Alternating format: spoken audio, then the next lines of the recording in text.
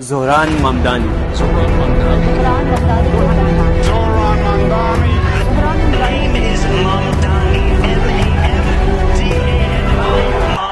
Versus Donald Trump. ایک مسلمان جوان لڑکا کیسے اٹھا اور نیو یارک کا میئر بنا؟ ٹرمپ ان سے کیوں اختلاف کرتے ہیں؟ انڈین میڈیا کیوں ان کے خلاف بولتا ہے؟ اور اتنی جلدی وہ سوشل میڈیا پر کیسے وائرل ہو گئے؟ ان ساری باتوں کا جواب آج کی اس ویڈیو میں ہم کور کرنے کی کوشش کریں گے۔ آج نیو یارک کی گلیوں میں وہی نوجوان مسلمان کھڑا ہے جسے کبھی آؤٹ سائڈر کہا جاتا تھا، اور آج وہ پورے شہر کا لیڈر ہے۔ یہ کہانی صرف نیو یارک کی نہیں بلکہ ہر اس جگہ کی ہے جہاں عام آدمی کے خواب امیروں کے قدموں تلے کچلے گئے۔ لیکن اس بار کہانی بدل گئی، کیونکہ ایک شخص، ایک مسلمان نہ جھکا نہ بکا نہ ڈرا۔ یہی ہے زہران ممدانی کا پیغام: ڈرو مت، سچ بولو، چاہے تم اکیلے ہی کیوں نہ ہو۔ نیو یارک وہ شہر ہے جسے دنیا طاقت، فیشن اور آزادی کی علامت سمجھتی ہے، لیکن آج تاریخ بدل چکی ہے۔ پہلی بار اس شہر نے ایک مسلمان کو اپنا میئر منتخب کیا، زہران ممدانی، اور جیسے ہی یہ خبر دنیا بھر میں پہنچی، ایک طوفان اٹھ کھڑا ہوا۔ ٹرمپ کے بیانات، انڈین میڈیا کے حملے اور سوشل میڈیا پر نفرت کی لہر۔ سوال یہ ہے، آخر سب ممدانی کے خلاف کیوں ہیں؟ کیا وہ واقعی نیو یارک کے لیے خطرہ ہیں یا امید کی آخری کرن؟ آئیں حقائق کے ساتھ دیکھتے ہیں۔ زہران ممدانی ایک نوجوان مسلمان رہنما جن کے والدین یوگانڈا سے ہجرت کر کے نیو یارک آئے۔ انہوں نے اپنی زندگی عام لوگوں، تارکین وطن اور سماجی انصاف کے لیے وقف کر دی۔ ممدانی کا پیغام سادہ ہے: حکومت امیروں کے لیے نہیں، ہر شہری کے لیے ہونی چاہیے۔ انہوں نے سستی رہائش، بہتر صحت اور غریب طبقے کے حقوق کے لیے آواز اٹھائی۔ نیو یارکرز مشکل سے افورڈ کر رہے ہیں روٹی، کپڑا اور مکان، میں یہ سب بدلنے کے لیے لڑ رہا ہوں۔ ان کے اس نظریے نے ہزاروں نوجوانوں کو ان کے ساتھ کھڑا کر دیا۔ ممدانی نے اپنی سیاست کا آغاز گراؤنڈ لیول سے کیا، محلوں میں جا کر، عام لوگوں کی بات سن کر اور ان کے ساتھ کھڑے ہو کر۔ انہوں نے کبھی بڑے سرمایہ داروں کے فنڈز پر انحصار نہیں کیا، ان کی کیمپین فنڈز عوام نے دیے، چھوٹے چھوٹے احتیاط مگر دل سے۔ انہوں نے کہا تھا، اگر ہماری سیاست امیروں کے چندے پر بنے گی تو پھر عوام کے لیے کیا بچے گا؟ Today, 8 months after launching this campaign, with the vision of a city that every New Yorker could afford, we have won.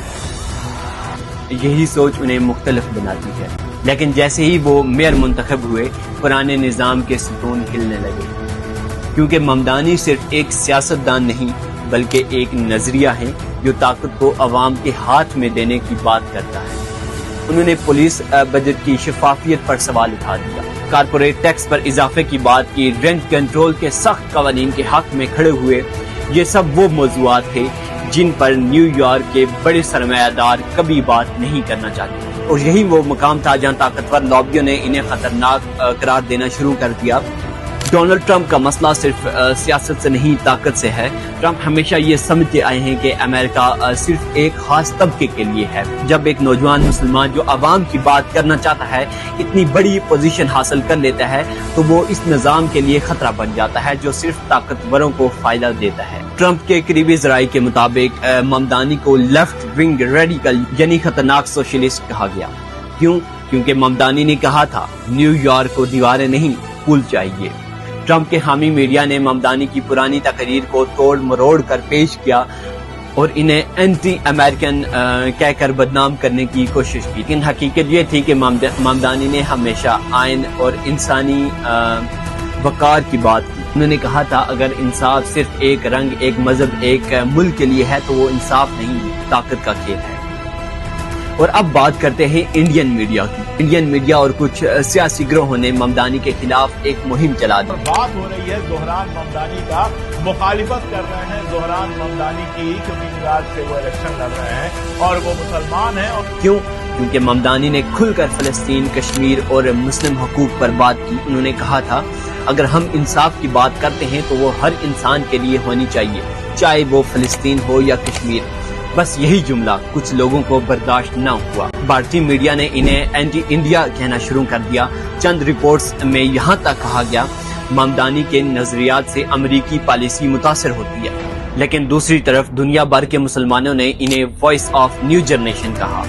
Mumbai, Lahore, قادرہ، London اور ہر جگہ ممدانی کے بیانات شیئر کر رہے ہیں. کیوں؟ کیونکہ وہ مذہب سے اوپر اٹھ کر انسانیت کی بات کرتے ہیں، اور جب کوئی انصاف کی بات کرتا ہے تو طاقتور لوگ ہمیشہ ناراض ہو جاتے ہیں.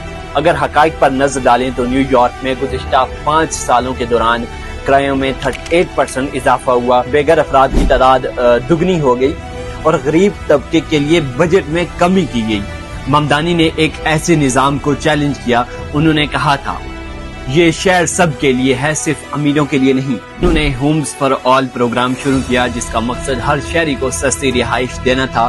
انہوں نے اسکولوں کے لیے فنڈز میں اضافہ کیا اور پولیس کے بجٹ کا کچھ حصہ تعلیم اور صحت پر لگانے کی تجویز دی. یہی جملہ پرانے سیاستدانوں کو برداشت نہ ہوا، کیونکہ اگر عوام جاگ گئی تو پرانا نظام ختم ہو جائے گا. یہ کہانی صرف ایک سیاستدان کی نہیں بلکہ ہر ایک نسل کی بیداری کی ہے. ایک ایسی نسل جو سچ بولنے سے ڈرتی ہے اور جو کہتی ہے ہم کسی کے غلام نہیں، خود اپنی تقدیر لکھیں گے. ممدانی نے نیو یارک میں وہ کر دکھایا جو دنیا کے کئی بڑے شہر آج تک نہ کر سکے. انہوں نے طاقت کے ایوانوں میں عوام کی آواز پہنچا دی. آج جب وہ سٹی ہال کے باہر عوام کے بیچ کھڑے ہو کر تقریر کرتے ہیں تو ان کے گرد کوئی باڈی گارڈ نہیں ہوتا، کیونکہ وہ عوام سے الگ نہیں ہیں، وہ عوام کا حصہ ہیں اور یہی ان کی اصل طاقت ہے. دوستو، یہ صرف سیاست نہیں، یہ تاریخ ہے. پہلی بار ایک مسلمان نے نیو یارک جیسے شہر میں قیادت حاصل کی، اور وہ بھی سچ، انصاف اور مساوات کے نام پر. اگر آپ سمجھتے ہیں کہ دنیا کو ایسے مزید لیڈروں کی ضرورت ہے جو مذہب نہیں انسانیت کے لیے بولتے ہیں تو یہ پیغام آگے شیئر کریں. ویڈیو کو لائک کریں، شیئر کریں. میرے چینل ارسلان احمد عباسی کو سبسکرائب کریں، کیونکہ سچ دبایا جا سکتا ہے لیکن ختم نہیں کیا جا سکتا. اللہ حافظ.